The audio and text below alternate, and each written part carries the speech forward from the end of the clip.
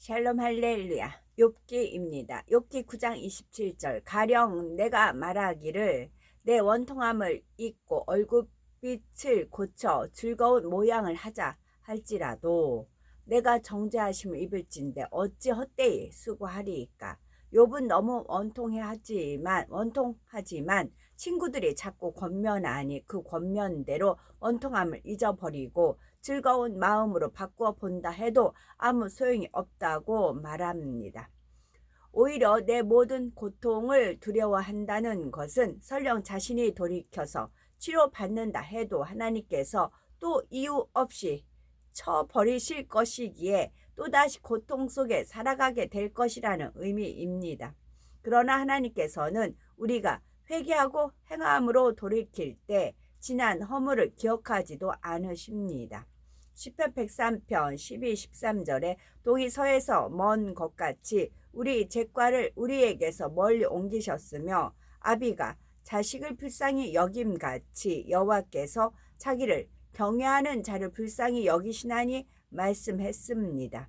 바로 우리가 하나님을 경외할 때 불쌍히 여기시고 주님의 보혈로 씻어주시기에 하나님 앞에 의롭다 인정받을 수 있는 것입니다. 그런데 욥은 친구들이 돌이키라고 거듭 권면하는데도 받아들이지 않습니다.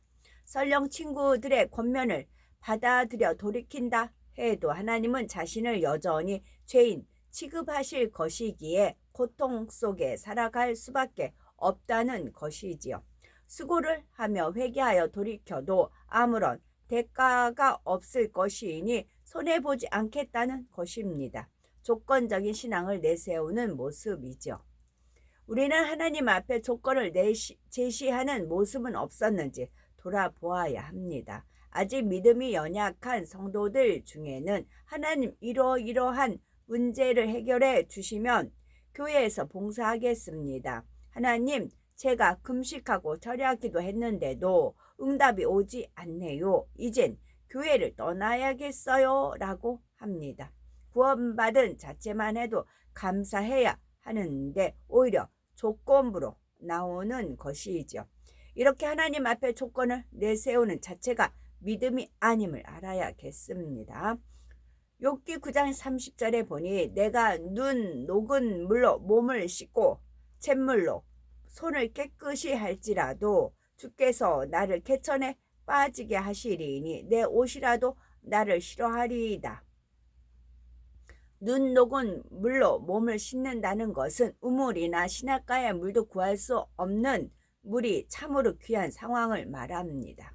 잿물은 지푸라기나 나무를 태운 재를 우려낸 물로서 비누가 없던 시절에 빨래할 때 표백제로 사용했습니다. 이런 잿물로 악창이 난 손을 씻는다면 얼마나 아프겠습니까?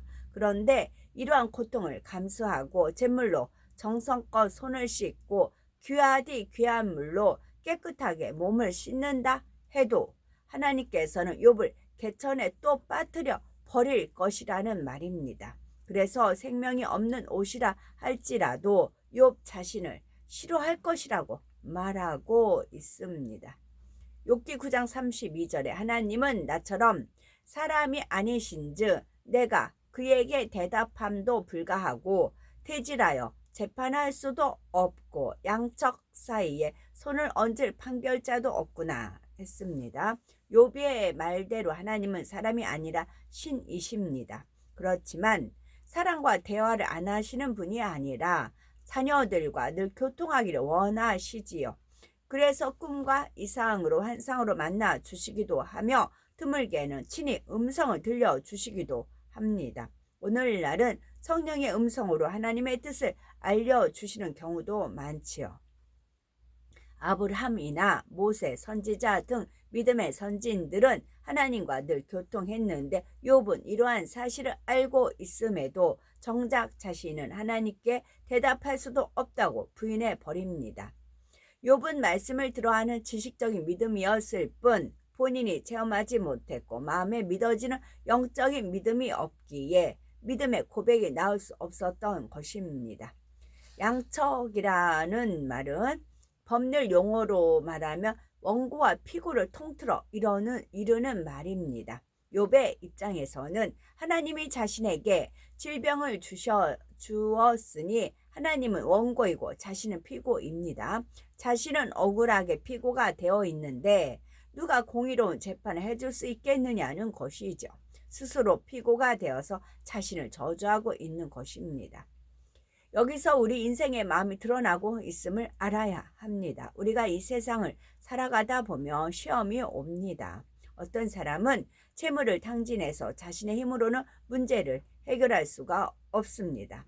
돈 받을 만한 곳도 없기에 스스로 낙담하고 비참한 상태에 빠져버린다면 스스로 피고가 되어 자신을 저주하는 것과 다름없지요.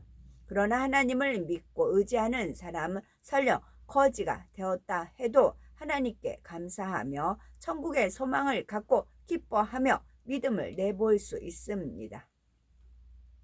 또 믿었던 사람에게 배신을 당하는 경우 상대를 원망하고 미워할 뿐 아니라 상대를 믿은 자신을 탓하여 괴로움 속에 살아간다면 피해 의식과 우울감에서 헤어나올 수가 없습니다. 그러나 육적인 사랑의 무익함을 철저히 깨닫고 주님의 참사랑으로 마음을 채우면 원망도 괴로움도 사라지며 도리어 영적인 성장을 이루지요. 이렇게 모든 일들의 영적인 해결 방법을 찾아 낙오자가 아니라 승리자가 되어야겠죠. 욥기 9장 34절 주께서 그 막대기를 내게서 떠나게 하시고 그 위엄으로 나를 두렵게 하지 아니하시기를 원하노라. 나는 본래 그런 자가 아니니라 했습니다. 여기서 막대기란 하나님의 주권된 권세를 의미합니다. 모세의 지팡이와 아론의 싹이 난 지팡이 등 구약 성경에서 막대기는 하나님의 권능을 나타냅니다. 욥은 하나님이 자신을 때리려고 막대기를 대고 있으니 두려워서 꼼짝 못하고 있다고 합니다. 만일 하나님이 막대기를 치우고 자신을 상관하지 않으신다면 이 원통함을 참지 않고 마음껏 하나님을 저주하고 욕하겠다는 말이죠.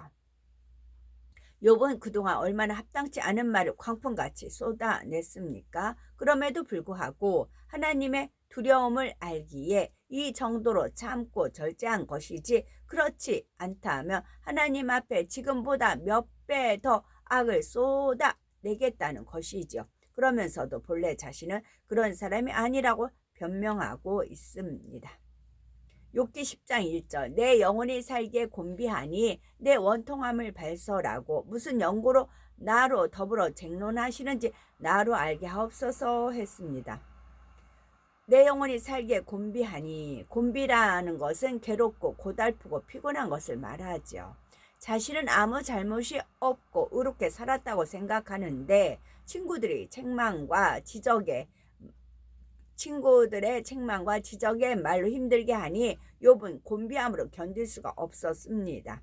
친구들의 말은 마치 상처에 소금을 뿌리는 것처럼 마음까지 고통스럽게 만들었지요. 이제는 마음의 고통이 육의 고통보다 더한 상황이 되니 내 영혼이 살기에 곤비하다라고 표현한 것입니다. 앞에서 욥은 할 말이 많이 있지만 하나님이 두려워서 절제한다고 했습니다. 그런데 지금은 분하고 억울함을 다 발설하겠다, 말하고 싶은 대로 모두 해버리겠다라고 합니다. 공고함이 가중되니 욥의 악이 한층 더 드러나고 있는 장면이지요.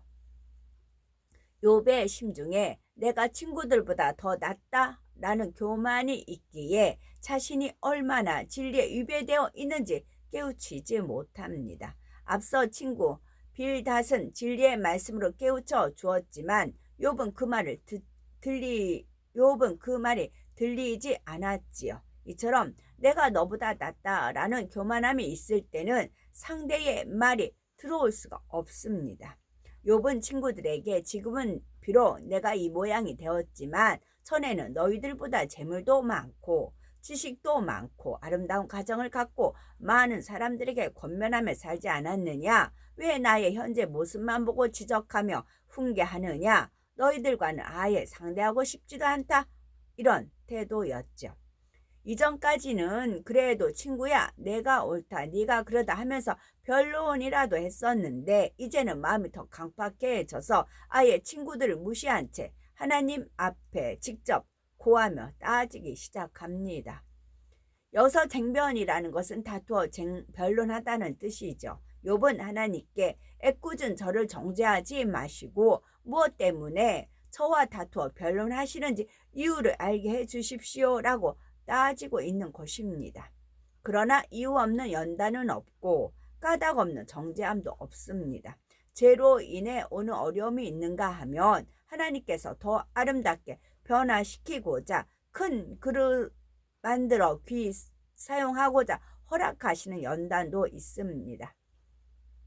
아브라함도 연단의 과정을 통과하여 믿음의 조상이 될 수 있었고 모세도 연단을 통해 하나님과 대면할 수 있는 차원에 이르렀지요.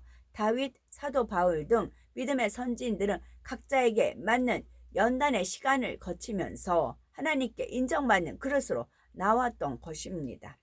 욥은 이미 친구들이 많은 진리의 말씀으로 권면과 지적을 해주었지만 여전히 깨우치지 못하며 교만한 말을 내뱉고 있습니다. 이처럼 교만하면 말씀을 들어도 깨우칠 수가 없고 영적인 믿음을 가질 수도 없습니다. 그래서 예수님께서는 너희가 돌이켜 어린아이들과 같이 되지 아니하면 결단코 천국에 들어가지 못하리라 말씀하셨지요. 영적인 어린아이는 순수하고 단순하며 겸손하여 하나님 앞에 자신이 옳다고 주장하지 않습니다. 설령 하나님의 말씀 가운데 이해되지 않는 부분이 있다 해도 판단하는 것이 아니라 일단 믿고 순종하며 겸손히 배우고자 합니다.